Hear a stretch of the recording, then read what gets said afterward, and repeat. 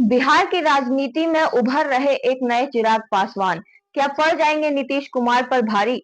नमस्कार, मैं हूं अनन्या सहाय और आप देख रहे हैं मेरे साथ आर्यव्रत टाइम्स। इस वक्त की एक बड़ी खबर जो बिहार से आ रही है वो ये है कि आरसीपी सिंह, जो एक वक्त पे जदयू के बहुत बड़े नेता थे, नीतीश कुमार के दाहिने हाथ थे और जो कि नीतीश कुमार के बहुत करीबी माने जाते हैं, वो आरसीपी सिंह दीपावली के शुभ मौके पर अपने पार्टी का ऐलान कर चुके हैं। जी हां, 2025 के विधानसभा चुनाव में आरसीपी सिंह अपनी पार्टी लेकर उतर रहे हैं, जिसका नाम उन्होंने रखा है आप सबकी आवाज। अब बड़ा चीज यहाँ पे देखने को ये मिलता है कि नीतीश कुमार ही वो इंसान है जो कि एक आईएएस अधिकारी यानी आरसीपी सिंह को राजनीति में लेकर आए थे। राजनीति की गलियारों से परिचय आरसीपी सिंह का नीतीश कुमार ने करवाया था। वो उनके गांव के भी थे और वो मानते थे कि वो एक अच्छे नेता साबित होंगे। नीतीश कुमार ही वो थे जिन्होंने राजनीति के दांव पेच सिखाए और बाद में जनता दल यूनाइटेड के राष्ट्रीय अध्यक्ष भी बने आरसीपी सिंह। एक वक्त, एक दौर वो था जब आरसीपी सिंह के फैसले ही होते थे जो अधिकारियों को यहाँ से वहां करते थे। उनके हाथ में बहुत सारे महत्वपूर्ण फैसले लेने की ताकत थी और ये ताकत उन्हें नीतीश कुमार से मिली थी। लेकिन एक समय पे जब नीतीश कुमार से मनमुटाव शुरू हुआ और जदयू से अलगाव हुआ आरसीपी सिंह का, तो फिर उन्होंने दामन थामा था भाजपा का। बीजेपी में शामिल हो चुके थे आरसीपी सिंह और आज भी एक अच्छे खासे समय तक मोदी के बहुत बड़े भक्त बने रहे। मोदी की तारीफ में वो थकते नहीं हैं, उनकी तारीफ में वो पुल बांधते रहते हैं। लेकिन अब दिलचस्प बात ये हो चुकी है कि जहां एक और एनडीए ने 2025 के चुनाव में मुख्यमंत्री का चेहरा फिर से नीतीश कुमार को ही घोषित कर दिया है। नीतीश कुमार ही है जो कि आगे भी एनडीए के उम्मीदवार बने रहेंगे 2025 के चुनाव में। वहीं दूसरी ओर नीतीश कुमार को आड़े हाथ लेने के लिए तैयार बैठे आरसीपी सिंह जो है, वो किस तरीके से बीजेपी के खिलाफ जाएंगे, ये एक यहाँ पर बड़ा सवाल उठता है।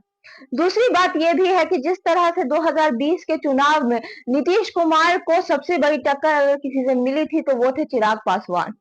चिराग पासवान ने जिस तरीके से नीतीश कुमार पर हमला किया था 2020 के चुनाव में, उसी तरीके से क्या अब ये माना जा सकता है कि बिहार के नए चिराग पासवान जो है वो आरसीपी सिंह बनेंगे, जिन्हें दोनों तरह का अनुभव है, जो नीतीश कुमार को भी बहुत अच्छे से जानते हैं, उनके राजनीतिक दांव पेचों को जानते हैं क्योंकि वो एक अच्छे खासे वक्त तक उनके बहुत करीबी रह चुके हैं, और दूसरी तरफ वो भाजपा के को भी बहुत अच्छे से जानते हैं, उसकी रणनीति को भी पहचानते हैं। एक और बिहार के गलियारों में जहां 2 अक्टूबर को जनसुराज की पार्टी का अनाउंसमेंट किया था प्रशांत किशोर ने, वहीं दूसरी ओर दिवाली के मौके पर आरसीपी सिंह ने अपनी पार्टी बना दी है। अब क्या ये माना जा सकता है कि नीतीश कुमार 3 तरफ से घिर चुके हैं। एक तरफ जहां तेजस्वी यादव उनके पीछे पड़े हैं, प्रशांत किशोर लगातार उन पर हमला बोल रहे हैं, वहीं अब आरसीपी सिंह भी उन्हें हाड़े हाथ लेने को तैयार हो चुके हैं। तो क्या इस बार के चुनाव में आरसीपी सिंह सबसे बड़ा खतरा साबित होंगे नीतीश कुमार के लिए? ये एक बहुत बड़ा सवाल है। सबसे बड़ी बात यहाँ पे एक ये भी साबित होती है कि आरसीपी सिंह जो कि मोदी के इतने बड़े भक्त हैं, वो क्या मोदी के ही अलायंस पार्टी यानी जनता दल यूनाइटेड के खिलाफ जाएंगे? वो नीतीश कुमार पर सीधा सीधा हमला कर सकेंगे? हालांकि उन्होंने जो अपनी पहली सभा की है उसमें बात करते हुए उन्होंने पहला निशाना नीतीश कुमार पर ही साधा, जो कि था शराबबंदी को लेकर। यूं तो शराबबंदी को लेकर के पूरे बिहार में चर्चा चल रही है, सियासी गलियारों में इसका सबसे बड़ा चर्चा मौजूद है अभी फिलहाल। लेकिन आरसीपी सिंह का भी यही कहना है कि बिहार में शराबबंदी होने के बावजूद लोग अवैध शराब के कारण ही मर रहे हैं, तो आखिर हमारी सरकार कर क्या रही है? इस तरह के बड़े सवाल उठाते हुए आरसीपी सिंह ने अपना लक्ष्य जो है वो साफ कर दिया है कि वो इस बार नीतीश कुमार के खिलाफ ही खड़े हैं। अब देखना यह दिलचस्प होगा कि 2025 के चुनाव में जहां एक और प्रशांत किशोर दावा ठोक रहे हैं कि लोगों के विकास के नाम पर वो इस बार अपनी सरकार बनाएंगे, वहीं दूसरी ओर आरसीपी सिंह जो है वो भी नीतीश कुमार पर हमला बोलने को तैयार है। हालांकि ये बात साफ है कि नीतीश कुमार की जड़ों को बिहार में हिला पाना बहुत मुश्किल है। इतने सालों से नीतीश कुमार ने अपने जड़ इतने मजबूत कर लिए हैं, वो खुद अपनी राजनीति में इतने ज्यादा पक्के हैं, अपने दाव पेचों में इतने पक्के हैं कि उनकी जड़ों को हिला पाना मुश्किल है।